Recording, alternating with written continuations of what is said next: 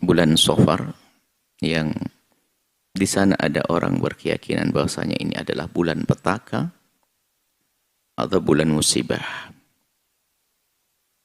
Maka orang yang beriman tuh cara mengimani sesuatu tuh ada rambu-rambunya yang sangat jelas. Karena adanya musibah itu datang dari Allah. Sehingga yang memberitahu ya Allah dan Nabi Muhammad SAW. Selagi Nabi Muhammad tidak memberitahu dan Allah tidak memberitahu, maka kita pun tidak boleh sok tahu.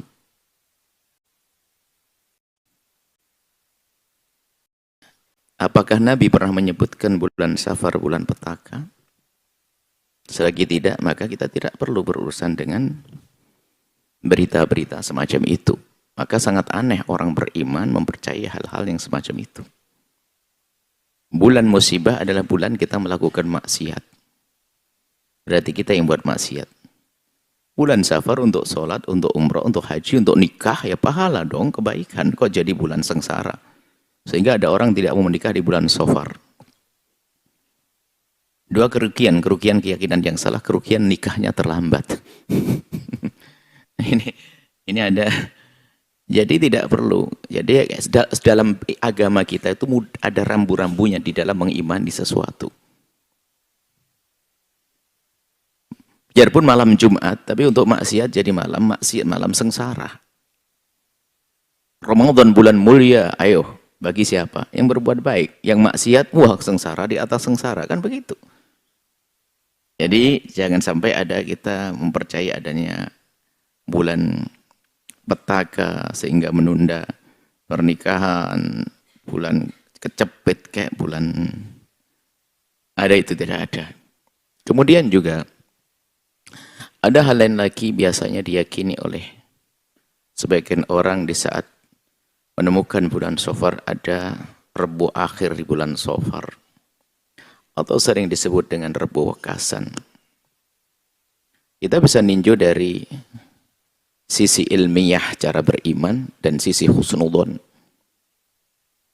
Sisi ilmiah bahwasanya siapa yang memberitakan adanya musibah datang di hari Rebu Wekasan itu?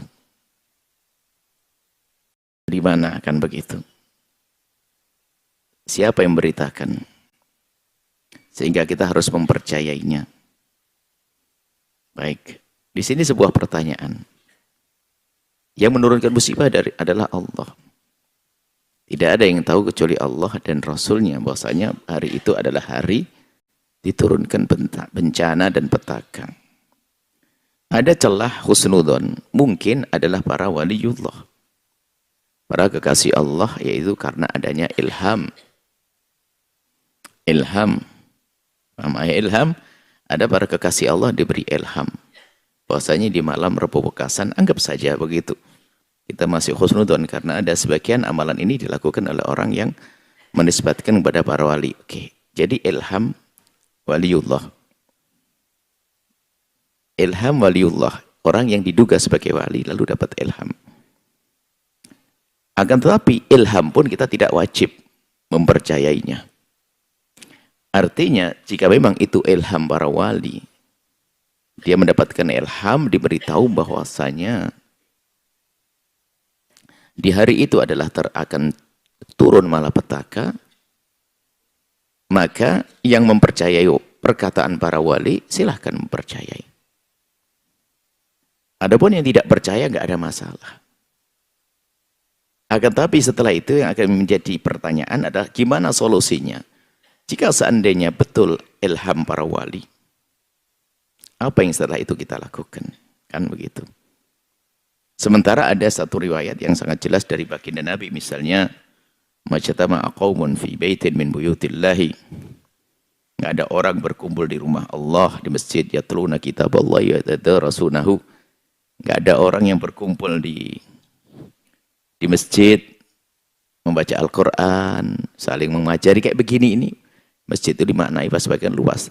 Illa nazalat alaihimus sakinatu wa hafatumul malaikatu. Akan turun ketenangan. Nah, jadi nggak ada musibah lagi setelah itu. Jadi kalau pengen menolak musibah itu seperti daf'ul bala bis sadaqati dan sebagainya. Tentunya seandainya itu betul ilham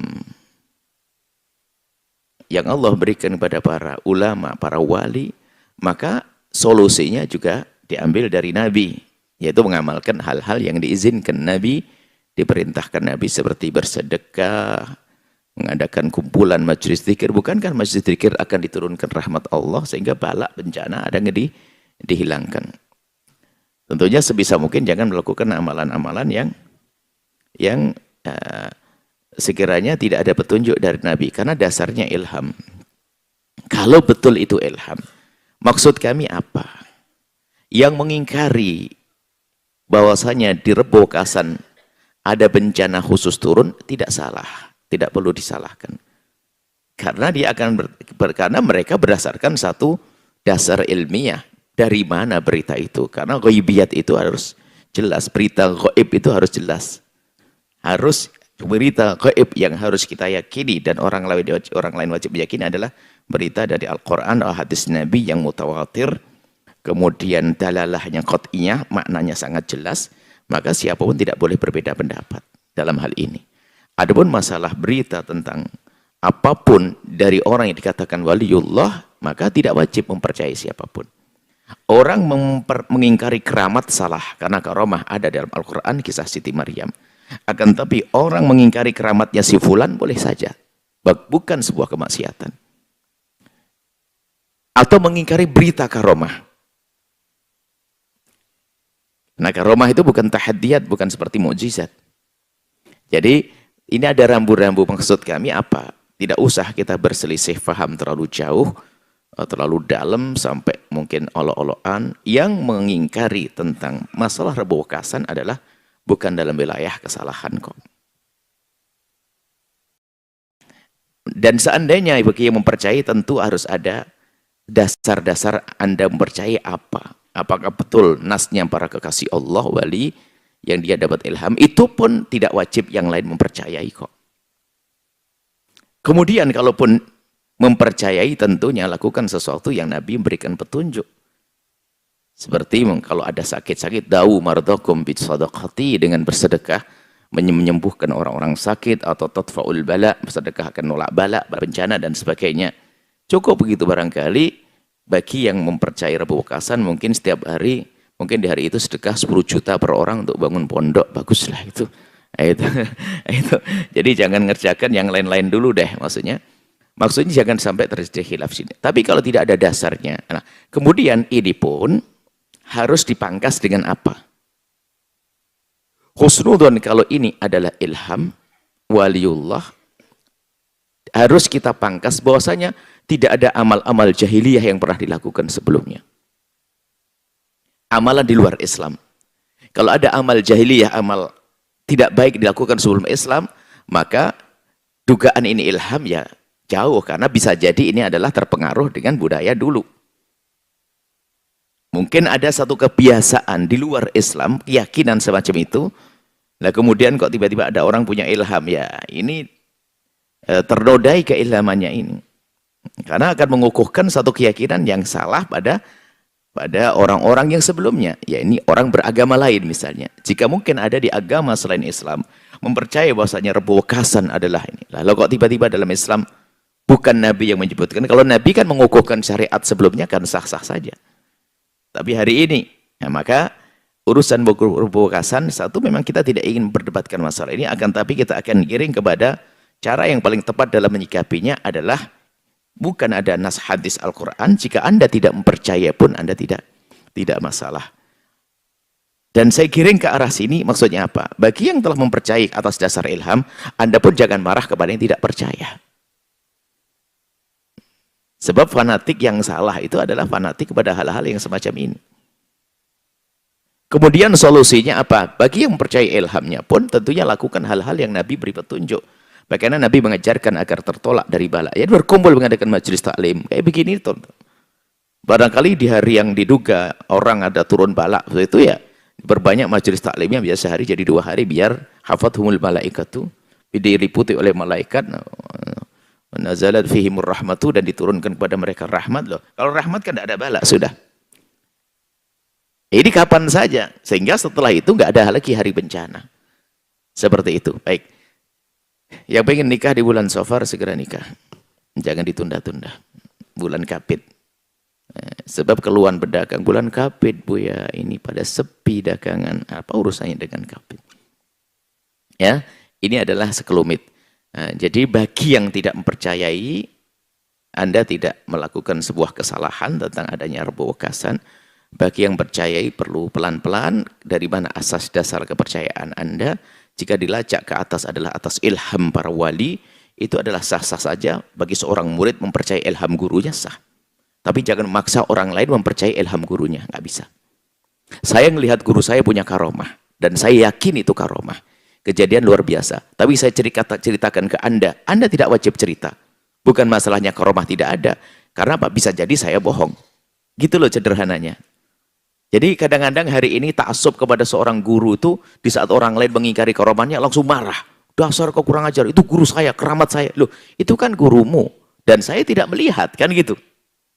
Jadi kalau seandainya saya punya guru, lalu guru saya punya karomah yang saya saksikan dengan nyata, dengan mata saya, ya saya saja yang percaya. Kalau saya cerita kepada Anda, suka-suka. Anda boleh tidak percaya, dan Anda tidak wajib percaya dengan omongan saya. Yang nggak boleh ada mengingkari adanya karomat, sebab karomat dikisahkan dalam Al-Quran tentang kisah Maryam. Seperti itu. Jadi kadang-kadang fanatik guru ini hari ini jadi berantem. Gara-gara kita mengingkari keramatnya fulan saja, kamu ini kurang ajar. Sebab yang namanya karomahnya guru itu bisa kadang-kadang benar ada. Cuman kadang murid itu nambah-nambahi. Nambah-nambahi sehingga menjadi karomahnya jadi aneh. Jadi hal-hal yang unik. Sampai suatu ketika kita mendengar satu orang berkata, ini ada seorang, ini adalah waliullah. Dia itu kalau membaca Al-Quran sangat khusyuk dan sebagainya. Sebagai contoh saja. Jadi menikmati baca Al-Quran. Sehingga sampai dia tidak berani baca Al-Quran di siang hari bulan Ramadan. Karena apa? Begitu nikmatnya, takut kehilangan keutamaan puasa. Ini ilmu dari mana? Oh Allah yang ngajarkan suruh baca Al-Quran. Ini disebutkan di kalangan orang-orang yang katanya berilmu. Di mana ini ilmunya? Lezat qiraatul Quran bukan lezatnya seperti orang makan nasi. Jadi akhirnya katanya, ini kan menisbatkan. Gak mungkin seorang wali itu kayak begitu tadi itu. Kok tidak berani baca Al-Quran di siang hari karena begitu lezatnya. Sehingga tidak merasakan laparnya puasa. Begitu nikmatnya. Ya kan? Ya, itu adalah hal-hal kayak begini nih kadang dinisbatkan para ulama. Ini murid-murid biasanya. Murid-murid berlebihan. Nah, akhirnya muncul ta'assub murid dengan ta'assub murid. Maka berantem. Ya. Berantem sama-sama murid. Ya, ini kadang-kadang mengagungkan gurunya berlebihan. Bagaimana? Membaca Al-Quran siang hari kok nggak berani. Gara-gara apa? Karena dia kalau baca Al-Quran siang hari begitu menikmatinya sampai rasanya puasa tidak ada. Loh, menikmati baca Al-Quran tidak bertentangan dengan urusan puasa. Kita dianjurkan baca Al-Quran sebanyak-banyaknya di bulan Ramadan kok. Terus kapan bacanya? Kan? Nah, ya gitulah. Jadi di dalam masalah keramat-keramat ini yang bukan keramat tidak ada. Tapi banyak pengikut-pengikut ini merusak orang yang diikutinya dengan berlebihan. Ya kadang-kadang pengen punya keramat gandul, dia pengen numpang juga. Kalau kiainya punya keramat kan nanti saya dapat dikit-dikit kan, bisa ngaku-ngaku dikit kan boleh. Saya juga dapat bagian. Atau misalnya begini, saya dikasap oleh kiai saya. Dikasap, kiai saya adalah wali, saya dikasap. Kenapa? Insya Allah kamu nanti jadi apa gitu. Wah ini kasapnya kepentingan dirinya sendiri. Ya. Sudahlah jangan main-main gitu. Kita belajar ilmu itu. Jelas nggak ada dalam ilmu hayal-hayal yang aneh-aneh begitu. Baik. Seperti itu ya. Jadi banyak ulama-ulama, wali-wali itu yang dirusak oleh pengikut. Berdusta atas nama. Apakah? Ayo ada dong atas nama Nabi aja banyak berdusta, perawi-perawi, periwat hadis, pemalsu-palsu hadis ada kok. Makanya bagaimana untuk memangkas itu semuanya? Standar syariat ada. Jika tidak sesuai dengan syariat pasti bohong. Tidak mungkin disebutkan seorang wali. Tidak mungkin seorang wali mengatakan bahwasanya aku tidak bisa baca Al-Quran di siang hari bulan Ramadan karena terlalu lezat. Tidak mungkin begitu. Berarti tidak baca Al-Quran dong. Terus ngapain dia? Bengong. Baca kitab. Lah, apalagi baca kitab sama juga. Kalau kita baca kitab nikmat sampai lupa. Nggak baca kitab. Terus ngapain? Jadi sederhana. ukuran syariatnya tuh ada, ilmunya tuh ada. Jadi jangan sampai kita berlebihan, itu yang menjadikan bahan tertawaan. Orang kenal Islam jadi unik, aneh. Tidak di alam nyata, dunia khayal seperti itu. Karamah memang khariqun lil adati. Keluar dari kebiasaan, namanya keramat seseorang. Akan tapi, ketahuilah bahasa, semua ada rambu-rambunya. Jika jauh dari syariat, ya kita hindari. Atau paling tidak, kalau bertentangan dengan syariat, kita hindari. Atau perlu penafsiran, lebih baik kita hindari. Kalau penafsiran tadi ini ilham, mungkin ilham. Karena turunnya musibah di hari Rabu masih mungkin. Mungkin hari Rabu, hari Kamis juga mungkin. Hari Jumat juga mungkin. Jadi kalau kita nisbatkan pada ilham, bisa saja itu benar. Yang percaya juga boleh, yang tidak juga nggak ada masalah. Asalkan yang percaya betul-betul benar. Sanadnya dari seorang wali, yang betul-betul dia wali, yang memang betul ahli istiqomah, dan tidak berpengaruh dengan pikiran-pikiran lain. Maksud kami seperti ini, ada standar ilmunya seperti itu. Jadi jangan sampai kita gampang ikut-ikutan, tapi nggak jelas. Sehingga sudah Masya Allah, gara-gara ikutan nggak jelas, ini anak soleh, solehah. Mau menikah, Masya Allah sudah ini alim, ini alimah, solehah. Tatanya apa?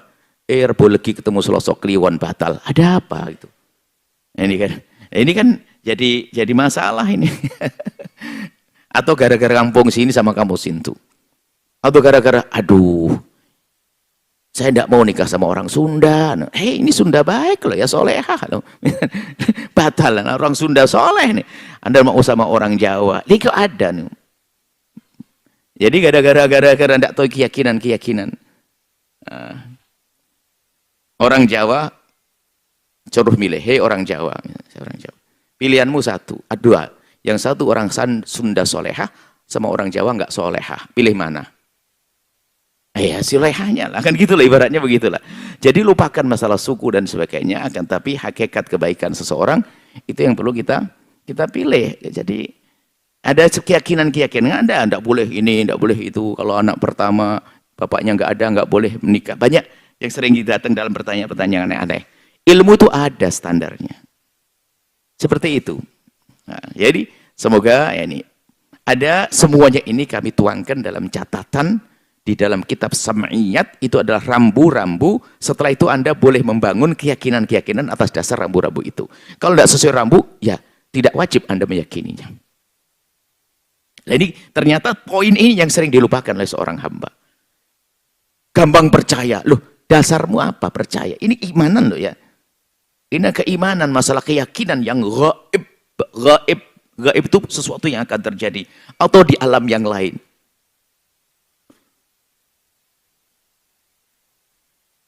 Anda tahu tidak, di satu kampung percaya dengan buta ijo. Jadi kalau ada gerhana matahari itu langsung katanya ada buta ijo. Sehingga nanti pohon-pohon dipukulin biar buah. Ingat tak? Ingat? Loh, ini gimana sih Anda ini? Kemudian orang hamil suruh masuk ke kolong. Kolongnya sempit lagi. Ini dari mana? Mohon maaf. Anda jangan mencaci agama lain. Jika itu ada di agama lain, urusan mereka. Yang saya permasalahkan Anda orang Muslim. Jadi itu matahari, rembulan itu ditelan sama buta hijau. Dimut. Nanti dikeluarkan lagi sama buta hijau. Ajib. Ini orang Islam. Kalau ada orang punya keyakinan tentang ada dewa-dewi, betara dan sebagainya, itu urusan agama mereka. Tapi Islam punya aturan loh ya. Kayaknya ini benar kok ya mengiyai semuanya. Saya jadi curiga ini. Jadi kita perlu bangun keyakinan itu yang benar gitu loh. Nah, ada dari mana kisah buta hijau itu? Dalam Islam tidak ada buta hijau. Lebih ajib buta pink. Hijau ya, buta pink lebih ajib lagi ya udah. Jadi kalau urusan agama lain, lain cerita, mohon maaf bagi agama yang meyakini adanya buta-buta, dewa-dewa, ini adalah kami bicara di ranah kaum muslimin. Anda pun boleh berbicara tentang tidak adanya malaikat jika Anda tidak percaya malaikat karena agama berbeda. Dan kami pun tidak marah karena agama Anda berbeda. Maka di saat kami menafikan tentang buta hijau, yaitu dalam wilayah agama kami. Mohon yang agama berbeda juga mengerti dalam hal ini. Mungkin agama lain selain Islam kan mengatakan tidak ada malaikat dan sebagainya. Itu urusan Anda dan saya tidak marah. Karena keyakinan Anda. Maka di saat saya ngomong tidak ada buto ijo, tidak ada Nyi Roro Kidul, tidak ada Nyi Blorong, tidak ada itu, yaitu Anda tidak perlu marah juga. Karena itu dalam batasan-batasan keyakinan yang ada di dalam agama kami, agama Islam. Islam tidak boleh mencaci agama lain. Selesai masalah ini ya. Jadi rambu-rambu keimanan itu sangat jelas. Tolong koreksi. Anda meyakini apa hari ini? Hah? Masih ada sisa-sisa tumbal. Kepala kerbau dimasukkan ke laut. Masya Allah, Anda tidak tahu sop kepala kerbau. Enak itu. Ngapain dimasukkan ke laut? Sayang dong. Nah inilah. Masih banyak. Jadi ada beberapa keyakinan-keyakinan yang perlu dipangkas halus. Tentunya Anda harus dengan hikmah. Karena kalau sudah mengakar juga repot. Bahkan ada lagi beberapa, di daerah sini juga katanya apa. Jadi kalau ada orang meninggal dunia, orang tuanya meninggal dunia itu disiapkan makanan. Nanti sampai beberapa hari masih makan di rumah. Oh ada? Ini gimana sih Bu? Ini Anda ini hidup di mana? Astaga, ini perlu dibenahi ini akidah-akidah ini. Dikasih ikan, tak taunya betul lagi tidur ikannya hilang, oh dimakan. Padahal diambil kucing tadi itu. Jadi nggak ada begitu. Kalau sudah di alam barzah dia punya kesibukan di sana.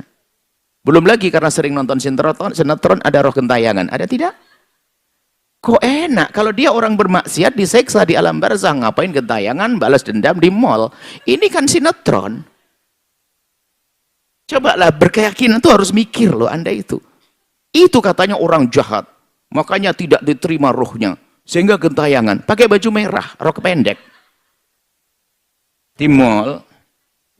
Ini gimana kisahnya? Oh, keyakinan kok dibangun dengan begitu itu? Kita belum bangun keyakinan. Ini bab akidah kita ini. Kalau orang sudah meninggal dunia, kalau dia orang baik mendapatkan kenikmatan. Kalau orang maksiat diseksa. Sudah maksiat, orang ketabrak kereta api. Wah, langsung gentayangan. Kok bisa? Oh, dia tuh mau ziarah ibunya. Kemudian ketabrak kereta api. Kan mati mulia dia. Surga. Ngapain gentayangan? Makanya banyak nonton sinetron. Baik seperti itu. Jadi, ini keyakinan-keyakinan perlu kita benahi perlahan-perlahan. Begitu mudah standar dalam berkeyakinan. Dalam Islam itu sangat sederhana. Kita percaya adanya jin karena Al-Quran menyebutkannya. Adanya syaitan, Al-Quran menyebutkannya. Nabi menceritakannya, dan seterusnya. Tapi kalau kisah-kisah begini dari mana? Kan begitu. Katanya. Perbincangan di gardu, di dapur, sambil cari kutu, segala macam kemana-mana. Ibu-ibu itu. Baik. Semoga Allah menjaga iman kita, akidah kita. Setelah Anda menyaksikan video ini, jangan lupa berselawat kepada baginda Nabi Muhammad sallallahu alaihi wa alihi wa sahbihi wasallam.